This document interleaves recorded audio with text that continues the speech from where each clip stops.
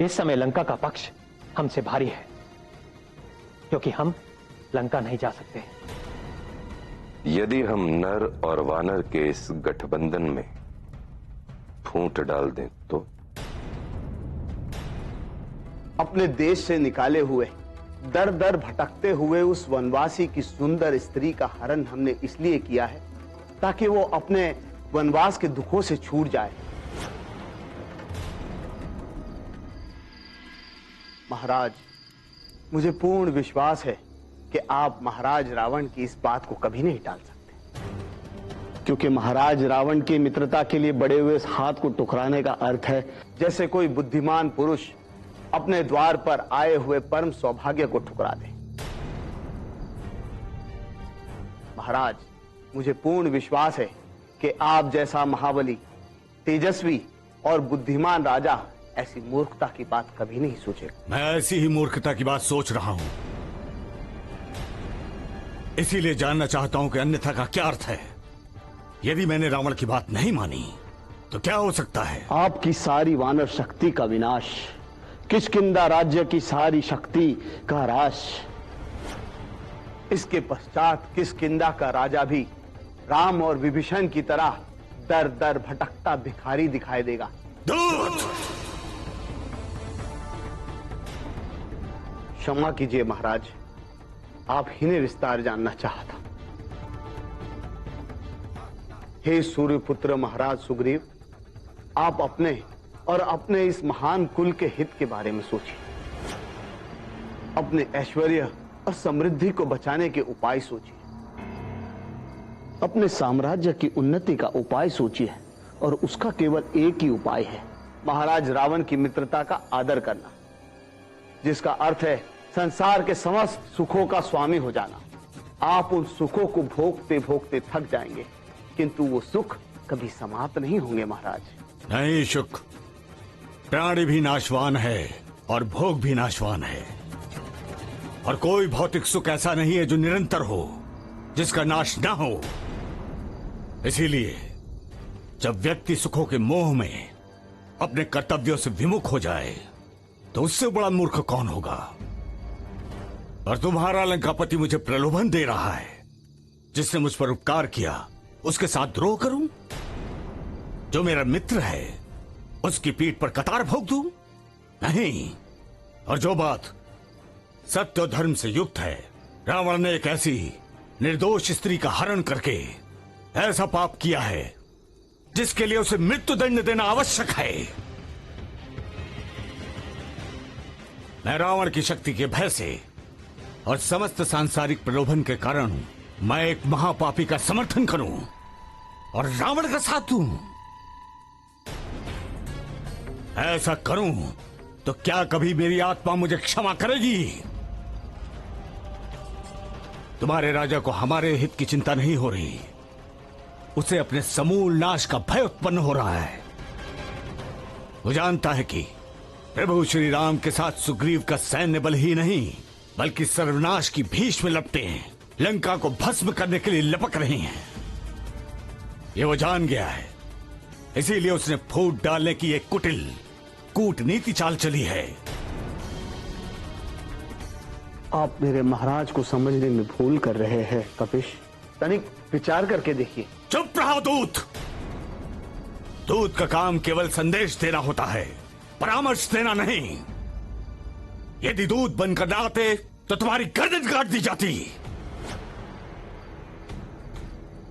और तुम्हारे राजा ने हमारे कर्तव्य प्रणाणता की और भावनाओं का अपमान किया है। लंकेश ने इस भावना से नहीं कहा था महाराज। चुप रहो दूत। जिस प्रकार अपने नरेश का संदेश लेकर आए हो, उसी प्रकार इस संदेश का प्रत्युत्तर जाकर उन्हें सुना दो। जो आज्ञा महाराज। अपने कुटिल, कपटी, कूटनीतिक राजा से जाकर कह देना कि किष्किंधा का एक एक वानर अपना हित अहित भली भांति जानता है। सावधान कर देना उस दुराचारी को कि उससे मित्रता नहीं शत्रुता करके उसके दुष्कर्मों का दंड देने के लिए किष्किंधा का एक एक वानर उतावला हो रहा है। हमारी उसकी मित्रता कभी संभव नहीं। हमारी संधि केवल श्री राम से है, और वो संधि इस लोक की ही नहीं परलोक की भी है, क्योंकि वही तीनों लोकों के स्वामी हैं, स्वयं भगवान है। जाओ रावण से जाकर यह भी कह देना कि विभीषण के आने से लंका बच गई, परंतु रावण को तीनों लोकों में कोई नहीं बचा सकता। और हमारा उत्तर रावण की मृत्यु का संदेश है। और अपने राजा से यह भी कहना कि अभी भी समय, अपना, अपने कुल का और राक्षस जाति का अगर सुकुशल चाहते हो तो प्रभु श्री राम की शरण में आ जाओ, तो वो ही लंका के राजा रहेंगे। मुझे राज सिंहासन की कोई लालसा नहीं। इससे कोई लाभ नहीं होगा विभीषण जी। आप तो जानते ही है महाराज रावण का हट कितना अटल है। अगर वो धर्म और नीति नहीं समझते तो लंका में और लोग भी तो होंगे जो इस बात को समझेंगे। तुम ऐसे ही लोगों को संदिग्ध करके जनमत तैयार नहीं कर सकते जो महाराज तक अपनी बात पहुंचा सके। उनके मंत्री तो हां में हां मिलाने वाले, कदाचित महाराज के कानों तक उनकी ध्वनि तो पहुंचे। मुझे क्षमा करे विभीषण जी, यदि मैं आपके विचारों से सहमत होता तब भी मैं जिस स्वामी का अन्न खाता हूं उसके विरुद्ध जनमत का ऐसा जाल नहीं रख सकता। इसे मैं अपने सेवक धर्म के विरुद्ध समझता हूं विभीषण जी। महाराज अब जाने की आज्ञा दीजिए। जाओ।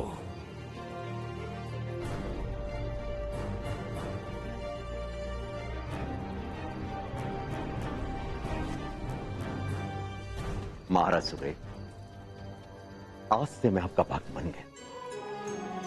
जी हां महाराज, मैंने आपकी सारी बातें सुनी। मुझे अब पता चला है कि भगवान श्री राम आपको अपना मित्र क्यों कहते हैं। आप सच में उस योग्य हैं। मेरा प्रणाम स्वीकार करें।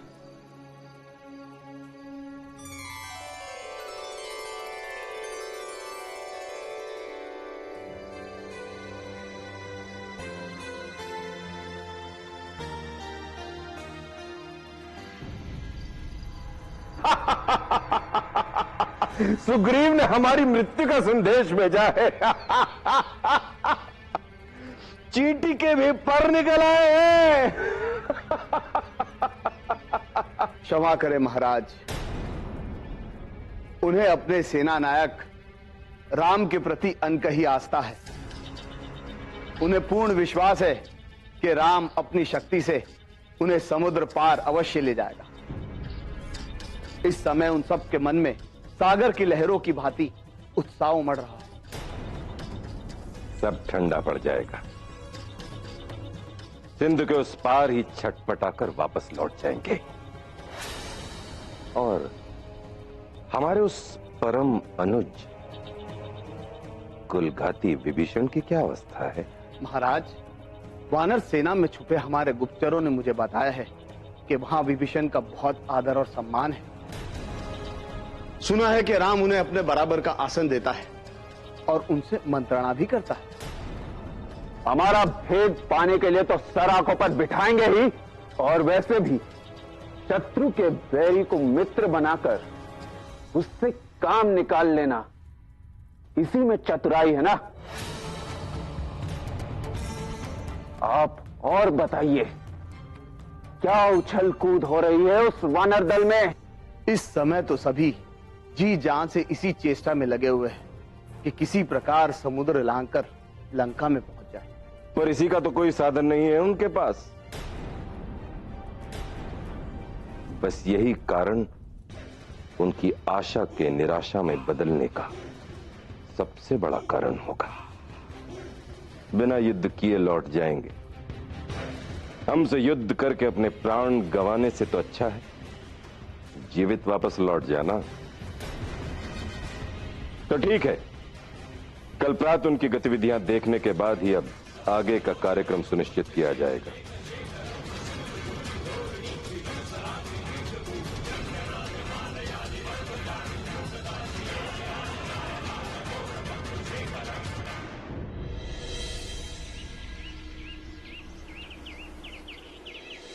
आपने लंका की सेना और रावण की शक्ति का विस्तार पूर्वक वर्णन किया है। लंका के चारों द्वारों पर सुरक्षा का जैसा प्रबंध आपने हमें बताया है, हनुमान ने भी वैसा ही बताया था। आपके हनुमान जी की तो जितनी भी प्रशंसा की जाए वो कम है। इन्होंने लंका दहन के समय चुन चुनकर लंका के ऐसे स्थानों को विध्वंस किया जो सुरक्षा की दृष्टि में बड़े ही मर्म थे। आप जब लंका पहुंचेंगे तो मैं स्वयं ही आपको रावण की सारी दुर्गबंदी के ऐसे गुप्त स्थान बताऊंगा जहां से उसका भेदन हो सके। सबसे पहला प्रश्न तो यह है कि हमारे और लंका के बीच ये जो विशाल समुद्र की विशाल जल राशि है, उसे सेना सहित पार कैसे किया जाए? आप लोगों के पास तो आकाश से आने जाने की विद्या है, परंतु हमारी सेना ये विशाल समुद्र कैसे पार करेगी? क्या आप हमारी सेना को ऐसी कोई विद्या सिखा सकते हैं या कोई ऐसा उपाय बता सकते हैं जिसे हम और हमारी सेना समुद्र पार चली जाए? प्रभु, ये सब आसुरी विद्याएं, ये राक्षसों के लिए तो सहज है, परंतु मानव के लिए ये सहज नहीं, क्योंकि ये शक्ति सात्विक नहीं। इसका अर्थ तो ये हुआ कि हमारी सेना समुद्र पार नहीं जा सकेगी। प्रभु, इसका एक उपाय मेरी समझ में आया है। कैसा उपाय मित्र? आपको समुद्र से मार्ग मांगना चाहिए। समुद्र देव से मार्ग मांगो? क्या मांगने पर वो मुझे मार्ग दे देंगे? भैया, मुझे लगता है विभीषण जी उचित कह रहे हैं। हमें समुद्र से ही मार्ग लेना चाहिए, परंतु मैं मांगने के समर्थन में नहीं हूं। मांगने से कौन कुछ देता है भैया? और हम क्षत्रिय हैं, मांगना हमें शोभा नहीं देता। भैया, आप अपना धनुष बाण उठाइए। पहले तो आपके धनुष के एक ही टंकार से समुद्र देव के कान खड़े हो जाएंगे, अन्यथा अपने धनुष पर अग्निबाण का संधान कीजिए। वे स्वयं अपने हाथ जोड़कर आपके समक्ष खड़े होंगे। मुझे महाराज विभीषण का मत उचित लगा है। यदि विधाता ने सहायता की तो समुद्र देव हमें अवश्य मार्ग प्रदान करेगा।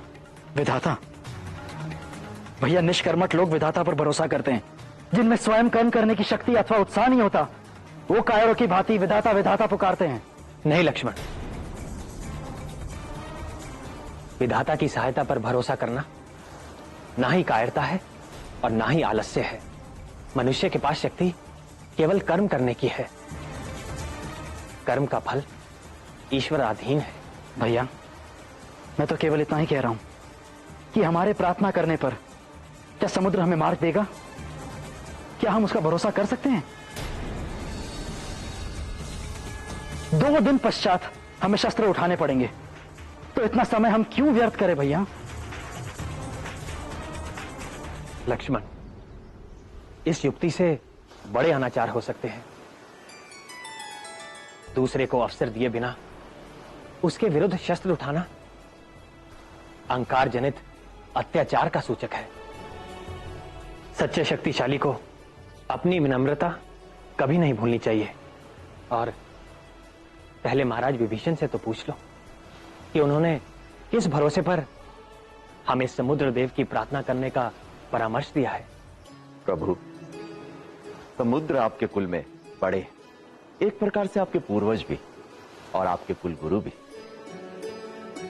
आप जिनके वंशज हैं, उन महाराज सगर ने इस विशाल महासागर को खुदवाया था।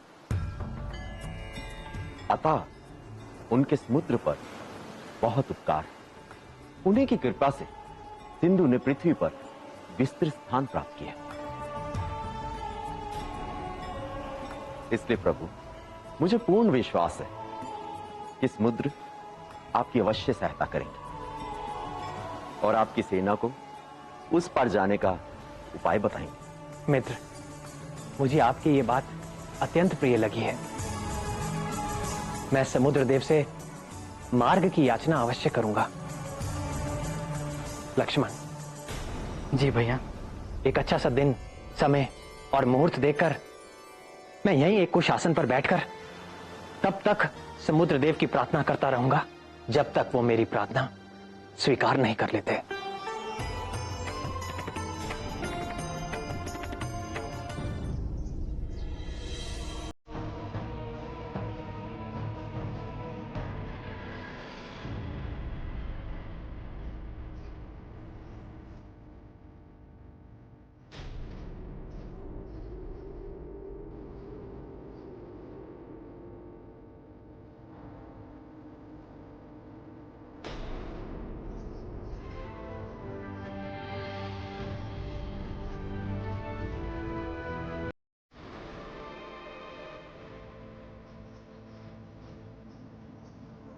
कोई आने वाला है सीधी?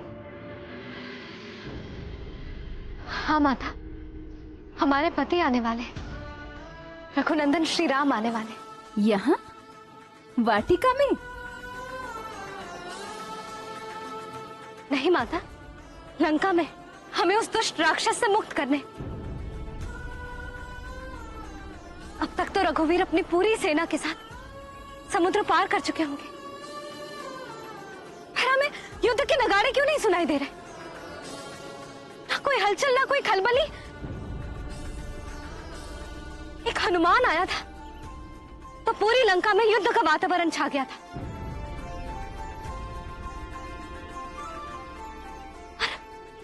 हमारे परम प्रतापी रघुवीर और भैया लक्ष्मण के आने पर इतनी शांति कैसे? हमें तो लगा था वाटिका में प्रवेश करने वाली हर राक्षसी यही समाचार लेकर आएगी। घर और दूषण का विनाश करने वाले राघव इस दुष्ट रावण का वध करने के लिए लंका आ गए। इसीलिए बार बार हमारा ध्यान द्वार की ओर जा रहा था। धीरज रखो सीते, श्री राम अवश्य आएंगे। कब तक माता? हम जीते जी उनके दर्शन करना चाहते हैं। यदि उस राक्षस के कारण हमने अपने प्राण त्याग दिए तो? पुत्री, माता परिस्थिति ही ऐसी है, इसीलिए हम चाहते हैं कि रघुवीर शीघ्र अति शीघ्र लंका पर आक्रमण करे। तुम चिंता न करो सीते, श्री राम और उनकी सेना के बारे में राजभवन से मुझे समाचार मिलता रहेगा और वो मैं तुम्हें बताती रहूंगी।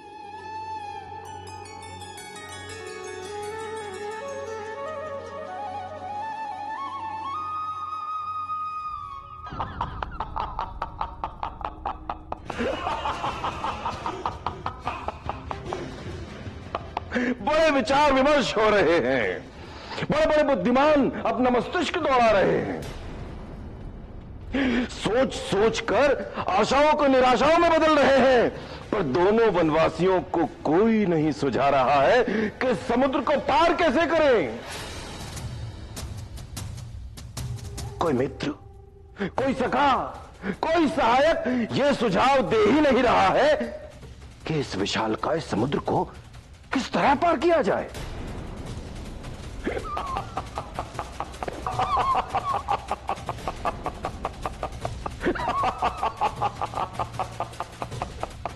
यदि आपके पास कोई उपाय हो तो बताइए महाराज। उपाय है महाराज। जिस प्रकार हनुमान सागर को पार कर यहां आया था, उसी प्रकार सारी सेना आ जाए, वो भी एक एक करके। और हम एक एक करके सबकी गर्दन काटते रहेंगे। महाराज, मुझे तो लगता है कि उस विशाल एवं दुर्गम समुद्र को पार करने का मार्ग ढूंढते ढूंढते कहीं उस वनवासी राम की तुच्छ सेना स्वयं अपने ही मार्ग से ना भटक जाए। और यदि मूर्खता का प्रदर्शन करते हुए उस वनवासी ने समुद्र पार करने के लिए समुद्र में कदम रख भी दिया, तो भी सब के सब समुद्र के पेट में चले जाएंगे और पुनः कभी वापस ही नहीं आ पाएंगे। अब तो राम का भला इसी में है कि वो सीता को पाने का सपना सदा के लिए भूल जाए और अपने घर लौट जाए।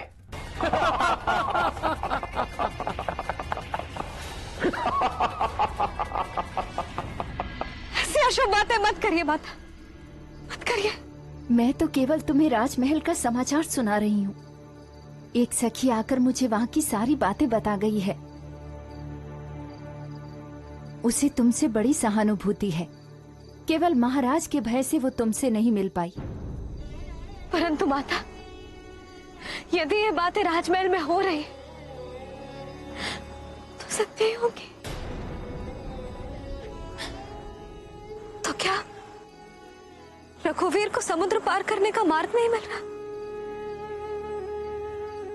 क्या वो निराश होकर समुद्र तट पर बैठे हैं? ना ना पुत्री, वो निराश क्यों होंगे? वो तो सर्वशक्तिमान है, चाहे तो इच्छा मात्र से वो सब कुछ ठीक कर सकते हैं। तुम्हें उनकी शक्तियों पर भरोसा रखना होगा, उदास मत होना। हम उदास इसलिए नहीं है माता कि रघुवीर को हम तक पहुंचने के लिए मार्ग नहीं मिल रहा। हम उदास तो इसलिए हैं क्योंकि इस कारण रघुवीर स्वयं को दोषी मान रहे होंगे।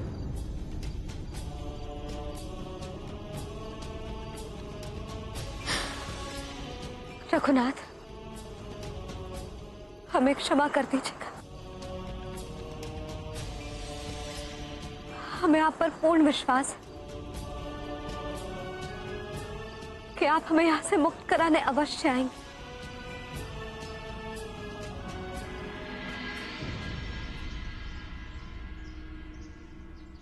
हाँ सीते,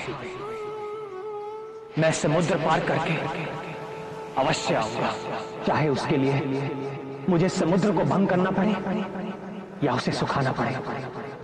परंतु रावण के बंधन से तुम्हें मुक्त कराने मैं अवश्य आऊंगा, अवश्य आऊंगा सीते।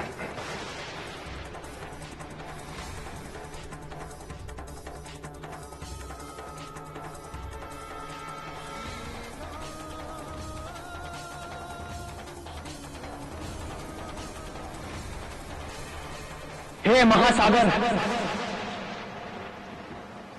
मैं महाराज सगर का वंशज दशरथ पुत्र राम अपने छोटे भाई लक्ष्मण के साथ आपकी शरण में आया।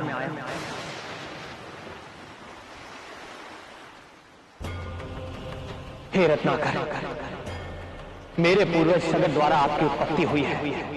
आज रघुकुल पर आई हुई विपत्ति का निवारण करने के लिए मैं एक विशाल सेना के साथ लंका पर धावा बोलने के लिए आपकी शरण में आया। आप कृपा करके अपने जल में से हमें मार्ग देने की कृपा कीजिए। आपको प्रसन्न करने के लिए मैं जल और अन्न का परित्याग करके यहीं बैठकर आपकी आराधना करूंगा। कृपा करके आप मेरी प्रार्थना स्वीकार कीजिए। जल में स्वीकार कीजिए।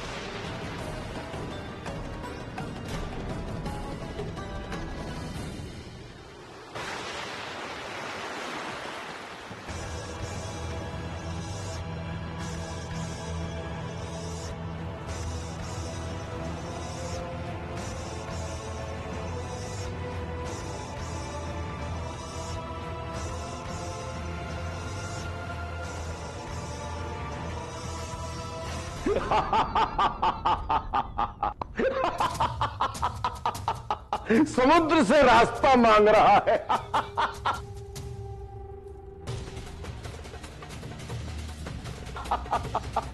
भिखारियों की भांति जीवन जीते जीते सबके सामने हाथ पसारने की आदत हो गई है। मूर्ख सोचता है कि समुद्र के सामने रोना रोएगा, विलाप करेगा, मेरी पत्नी का हरण हो गया है, और समुद्र का हृदय द्रवित हो जाएगा दया से और कहेगा, लो मेरी लहरों के बीच में से सूखा रास्ता ले लो।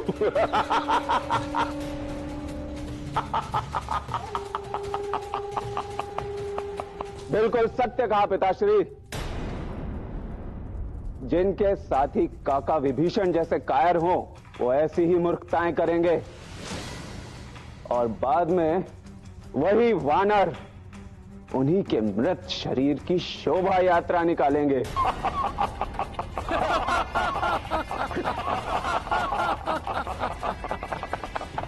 आएंगे माता, हमारे रघुनंदन अवश्य आएंगे। यदि रघुवीर समुद्र से विनती कर रहे हैं तो इसका अर्थ ये नहीं है कि वे बलशाली या सामर्थ्यशाली नहीं है। वो अहंकारी रावण सत्य को अनदेखा कर रहा है। वो जानता नहीं है कि जो सत्य में बलशाली और शक्तिशाली होते हैं उनकी विनती भी आज्ञा के समान होती है। सत्य कह रही हो पुत्री। माता, यदि रघुवीर चाहे तो वे दिव्य अस्त्रों का प्रयोग कर सकते हैं, परंतु ये जानते हुए भी कि उनकी पत्नी यहां बंदीवास से मुक्त होने के लिए उनकी प्रतीक्षा कर रही है, वे अपने मर्यादा में ही रहे। और इसके लिए हमें उन पर गर्व है कि उन्होंने अपनी मर्यादा का उल्लंघन नहीं किया। माता, समुद्र सदैव अपनी मर्यादा में रहता है। कदाचित इसी कारण रघुवीर ने उसे दूसरा अवसर दिया है और ये मूर्ख रावण और उसके मंत्रीजन उनका उपहास कर रहे हैं। सबके सब अज्ञानी हैं। वो जानते नहीं कि सर्वशक्तिमान परमेश्वर ने मनुष्य के रूप में अवतार लिया है, जो मानव जाति के लिए नए नए आदर्श स्थापित कर रहे हैं। माता, हमने भी प्रण किया है कि जब तक रघुवीर वहां तपस्या कर रहे हैं हम भी यहां तप करेंगे।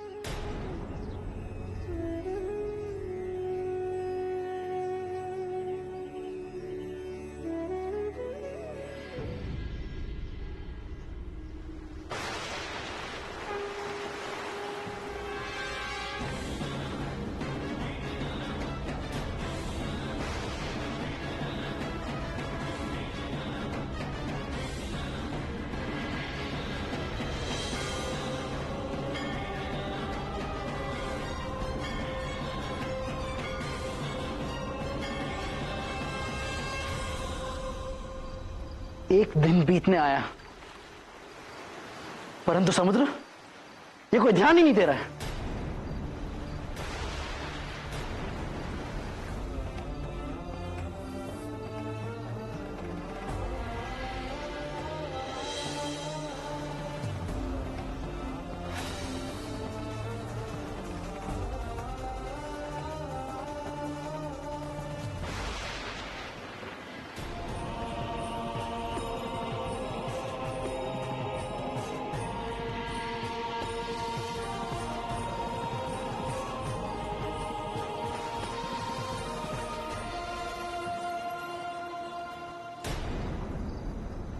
विभीषण जी, 2 दिन हो गए।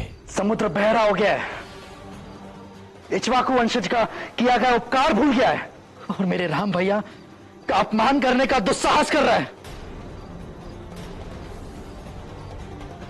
जामन जी, पता नहीं और कितने दिन लगेंगे।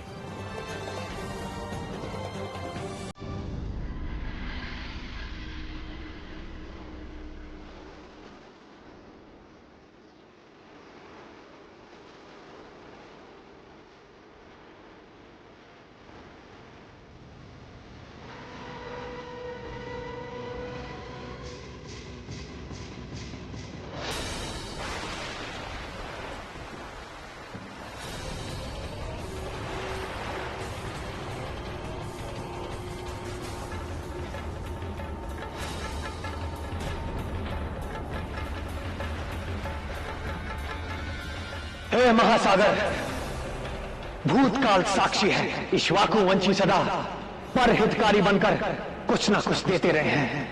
कभी किसी से कुछ लेते नहीं, याचना नहीं करते।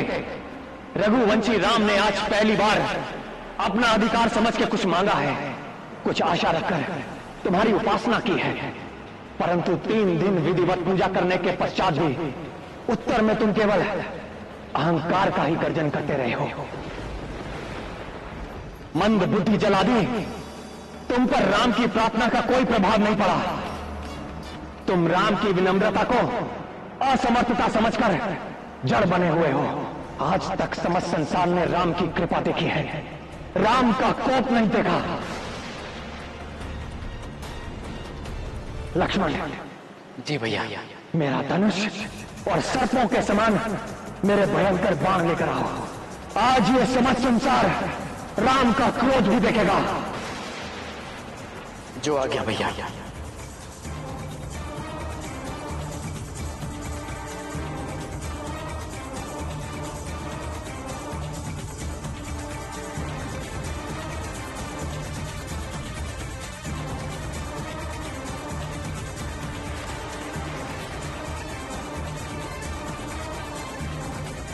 जिस प्रकार मूर के सामने विनय दिखाना और कुटिल के संग प्रीति करना व्यर्थ है, जैसे मोह ममता में फंसे हुए को ज्ञान का उपदेश देना और बांझ भूमि में बीज बोना विफल होता है, उसी प्रकार तुझ जैसे अहंकारी के सामने राम की पूजा और विनय का कोई मोल नहीं था। समस्त देवी देवता और यहाँ के चराचर जीव इस बात के साक्षी हैं कि मेरे पास समस्त समुद्रों को सुखाने की शक्ति होने के पश्चात भी मैंने वरुण देवता का मान रखने के लिए गूढ़ विनय और सच्चे हृदय से पूजा की है।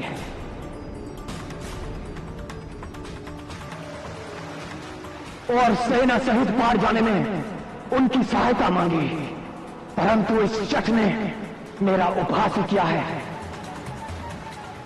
शास्त्र कहता है कि केला काटने पर ही फल देता है, उसी प्रकार एक नीच दंड देने पर ही झुकता है। अतः अब मैं ब्रह्मास्त्र का संधान करके इस समस्त समुद्र को पाताल लोक तक सुखा दूंगा।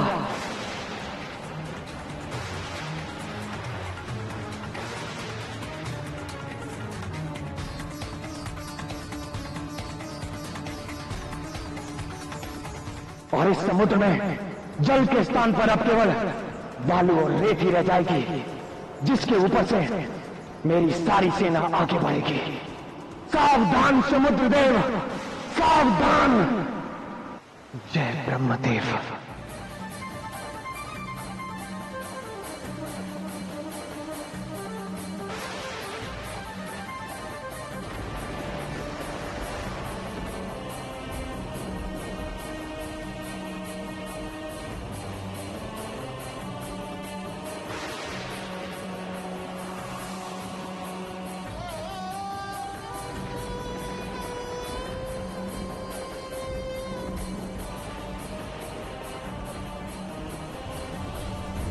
त्राहिमाम प्रभु, त्राहिमाम।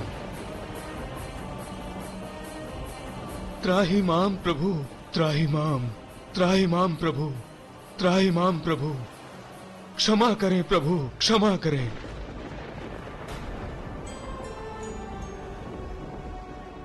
मेरे अवगुणों को क्षमा करें प्रभु। आपकी पूजा और विनय के उत्तर में मैंने अपना स्थान छोड़कर आपको जाने का मार्ग नहीं दिया। इसमें अवश्य मेरा दोष है प्रभु, परंतु यह दोष तो आप ही का दिया हुआ है। प्रभु, मुझ में सहस्रों तरंगे उठती हैं, किंतु मैं अपने तट की मर्यादा का उल्लंघन कभी नहीं करता।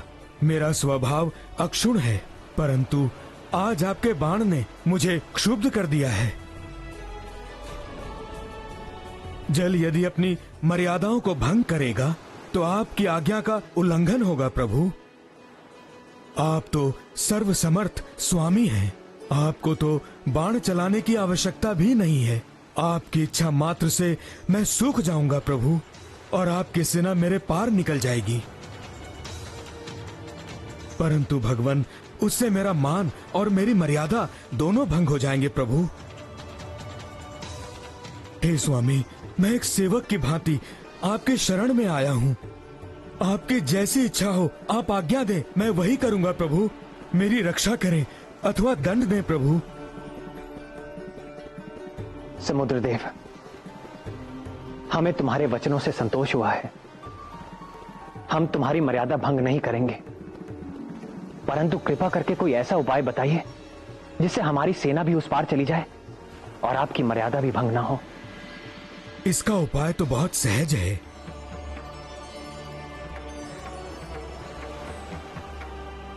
आपके सेनापतियों में नल और नील नाम के दो भाई हैं।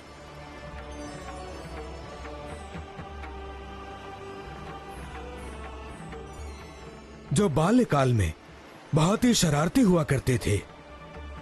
वो ऋषियों का सामान उठाकर नदी में फेंक आते थे, जिससे दुखी होकर एक सिद्ध ऋषि ने उन्हें श्राप दिया कि वो अपने हाथ से जो कोई भी वस्तु उठाकर पानी में फेंकेंगे वे कभी नहीं डूबेंगी। आज वही श्राप आपके काम आएगा। नल विश्वकर्मा का औरस पुत्र है, उसे शिल्पकला भी आती है।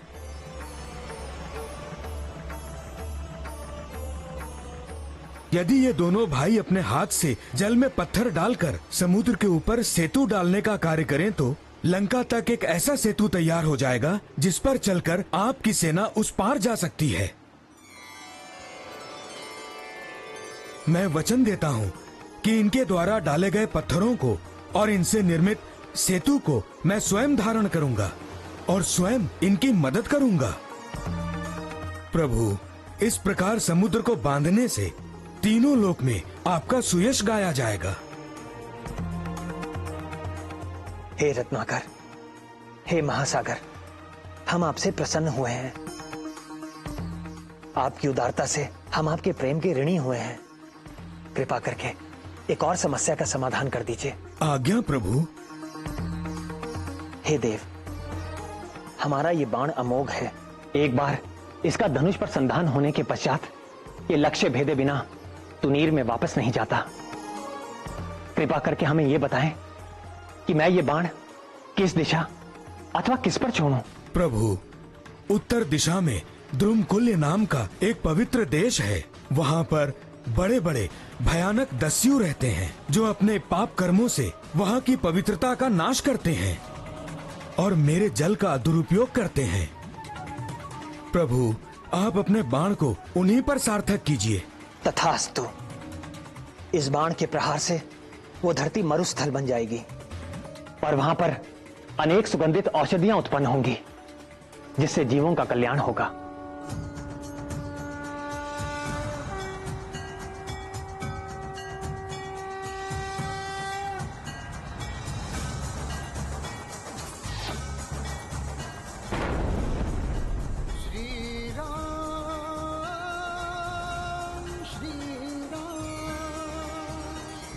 अब मुझे आज्ञा दे प्रभु, शिव शंकर और माँ भगवती आपको विजयी बनाए।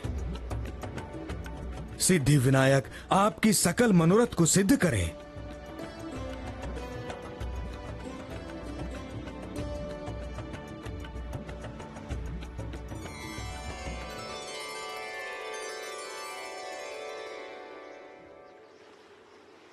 नल, नील,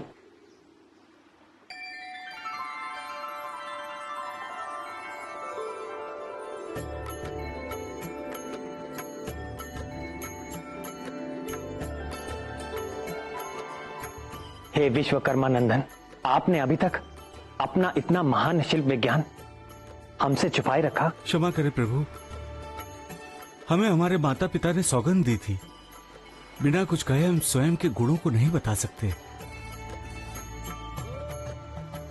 प्रभु, ये तो हमारा परम सौभाग्य है कि ऐसी विषम परिस्थिति में हम आपकी सहायता कर सके।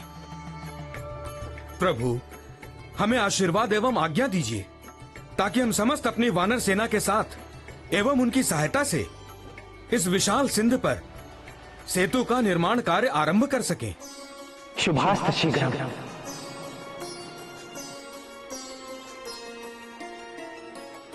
प्रभु श्री राम की, प्रभु श्री राम की, प्रभु श्री राम की। क्या कहा तुमने? समुद्र स्वयं प्रकट हुआ? अपनी आंखों से देखा तुमने? जी महाराज।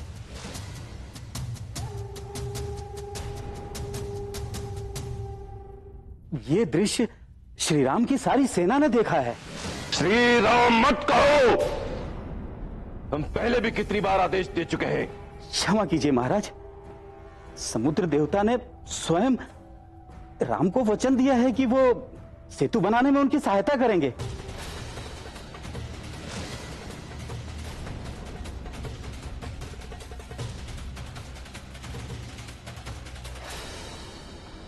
मेरे आराध्य देव भगवान शिव समस्त आपदाओं को हरने वाले हैं। उनकी असीम अनुकंपा से संसार के सकल दुष्कर कार्य भी सहज और सरल हो जाते हैं। मुझे प्रेरणा हुई है कि इस पवित्र स्थान पर अथाह सागर को पार करने वाले एक महान सेतु के विग्रह की स्थापना करूं और अभिषेक करके उसकी पूजा करूं। आप लोग जब तक सेतु निर्माण कार्य में व्यस्त होंगे, मैं उनकी पूजा करता रहूंगा। महाराज सुग्रीव, आप अपने सभी दूत भेजकर कुछ विद्वान ऋषियों और पुरोहितों को बुलवाने का प्रबंध करें, ताकि वो शास्त्रों की विधि के अनुसार यहां शिवलिंग की स्थापना करें और विधिवत उनकी पूजा करवाएं। जो आज्ञा प्रभु।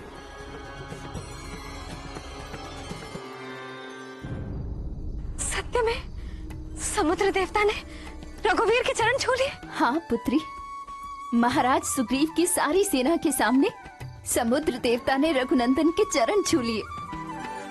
मैं कहती थी ना, वो सर्वशक्तिमान है, उनके मार्ग में कोई बाधा नहीं आ सकती। था तो क्या अब रघुवीर समुद्र पार करके हमारे पास आएंगे? हमें हमारे रघुवीर के दर्शन होंगे? होंगे पुत्री, अवश्य होंगे, परंतु कुछ समय पश्चात। लंकेश इतनी जल्दी अपना हट छोड़ने वाले नहीं हैं। केवल युद्ध से ही इस समस्या का समाधान हो सकता है। परंतु तुम चिंता मत करो, विजय सदा सत्य की ही होती है और तुम स्वयं सत्य का स्वरूप हो। पूर्ण पतिव्रता, तुम्हारे पति की जीत अवश्य होगी।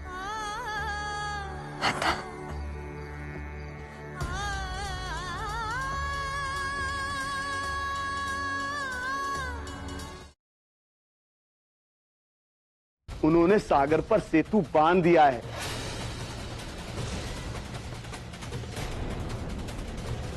सागर पर सेतु बांध दिया। रावण को सावधान करूंगा। बस इतना बता दूंगा कि मैं लंका पहुंच गया।